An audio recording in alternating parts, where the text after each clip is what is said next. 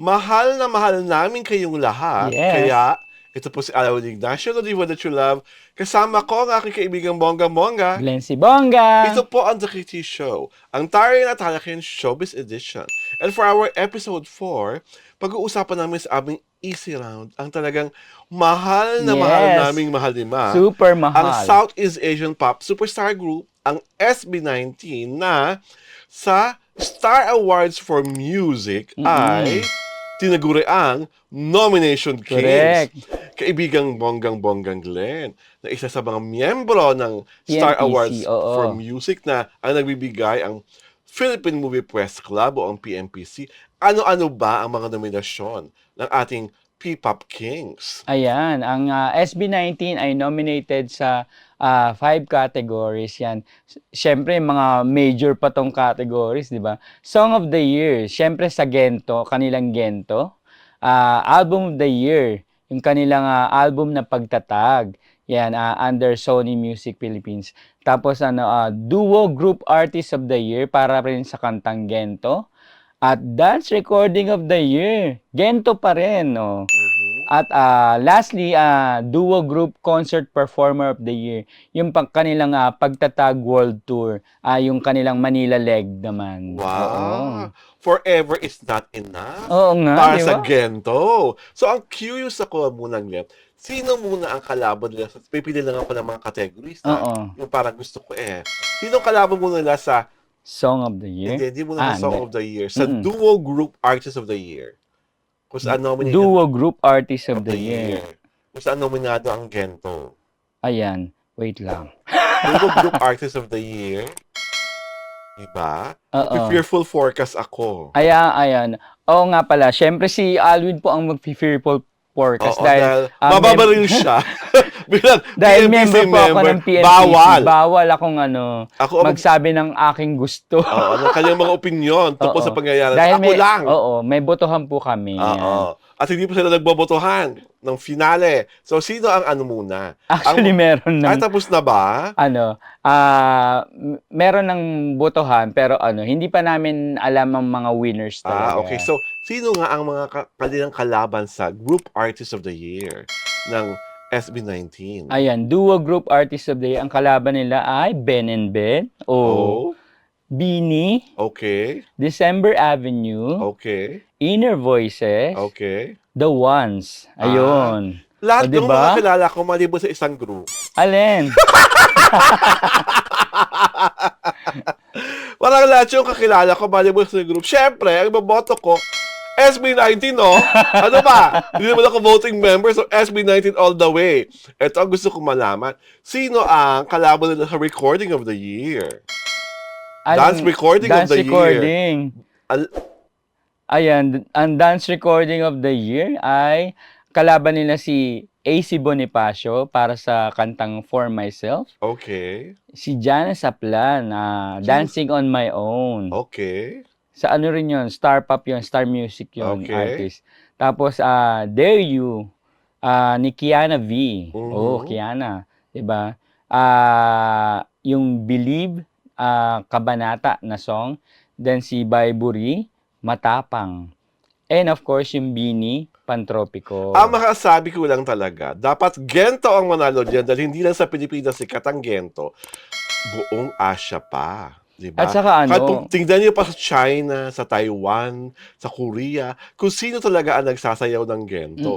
Basta sa mga nominado sa nasabing kategorya lang, meron tarang 3 babaeng hindi ko kakilala. At syempre, ang pakinamarabdob na pinakamataas ang antas na karangalan sa Song of the Year. Sino ang kalaban ng Gento sa Song of the Year? Ayan, mabigat ang labanan dito sa Song of the Year dahil mga sikat yung mga kantang pumasok sa Song of the Year. Katulad na lang ng Ere ni Juan Carlos. O, diba? Wow! Tapos, yung gusto ni Zach Tabudlo. Wow! O, diba? Malakas. Ikaw at sila ni Moira de la Torre. Okay. O, tapos, Raining in Manila ng Lola Amor. Saan? Ni Maki. And of course, yung Beanie.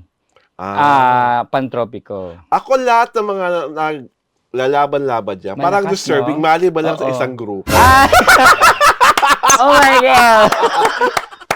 At sure ako hindi SB19 yung group na yun. Tatarayan niyo ako. Show ko to. Show namin to. Ako nagbibigay ng fearful forecast. Diba? Pero in fairness, di ba, malalakas yung Naku, kalaban. nakakapag-init ng ulo yung Song of the Year. Parang ang dami palang magandang mga kanta ng mga Oo, naglaban-laban. Bigatin din. Nakakaloka. Kaya Pero, kaya ang alam ko, sa gabi ng parangal nyo, ay konsyerto rin ng SB19 yun na nga. sa oo. Araneta. Makakapunta kaya sila? October 27 Oo, din just to say yun. hi and Oo. hello to you guys. Sana nga kahit man lang sa dulo ng awards night ay makapunta sila after ng kanilang concert. It would be a great privilege at saka honor para sa PMPC na makapunta sila. Lalo na kung halimbawa kung big winner sila or kasama sila kung mananalo sila ng awards, 'di ba? Well, knowing SB19, palaban naman talaga sila pagdating sa mga awards night. So ako nananalig ako sa masusing deliberasyon at sa konsyensya ng mga taga PMPC Star Awards for Music na, hoy, SB19 lang ang dapat manalo sa 5 kategoryang yan. Or else! Hindi ko na kayo love. At saka ang gagawin kasi alam ko magkakaroon merong parang i-release yung ibang winners. Tapos yung mga major categories. Yun lang i-announce sa awards. Parang yung ginawa niya sa Star Awards for Movies. Yeah, sa movies, 'di ba? Katulad ng ganun. So, malamang meron ng result. Paglabas, syempre pag pinapanood na nila ito, yung ibang categories may resulta na. Pero yung syempre yung mga major, yung Song of the Year, Album of the Year, duo group, saka malamang hindi pa sa mismong awards night. Oo. So who are you wearing sa awards night? I'm wearing myself. Are you wearing Balenciaga? Ay, my Are you wearing God. Louis Vuitton? Hindi carry ng budget. Buti ko may mag-sponsor, di ba? Are you wearing one of the Philippine top designers? Raho, Ino, Randy, Pue? It's either courtesy of pagbili sa Shopee or sa Lazada. Akala ko naman meron kang pagkalaki-laking closet, yung bonggang awards night up. Taon-taon na bibigay kayo ng awards, Glenn, ha? Dapat marami ka ng mga suit. Oo nga. Dapat marami ka ng mga... Ay, in fairness dun sa sinuot ko ng Star Awards for Movies, di ba? Ang shining glittering. Shining, shimmering, splendid ka, na kulay pula. Dahil secure nga si Kuya Germs. Correct. Diba? Ako, to all the nominations, to all the nominees, to all the nominations of the Star Awards for Music, congratulations po sa inyo. At sa PMPC, thank you for always acknowledging Filipino talent, whether ito ay sa pagkanta, sa pag-arte, sa pelikula, o sa television. Alam niyo po, ang PMPC talaga isa sa pinakasubok na matibay, subok na makatag na awards, award-giving body. Ayan. Ang dami na po doon ng controversial pinagdaanan. Paki-google nyo na lang.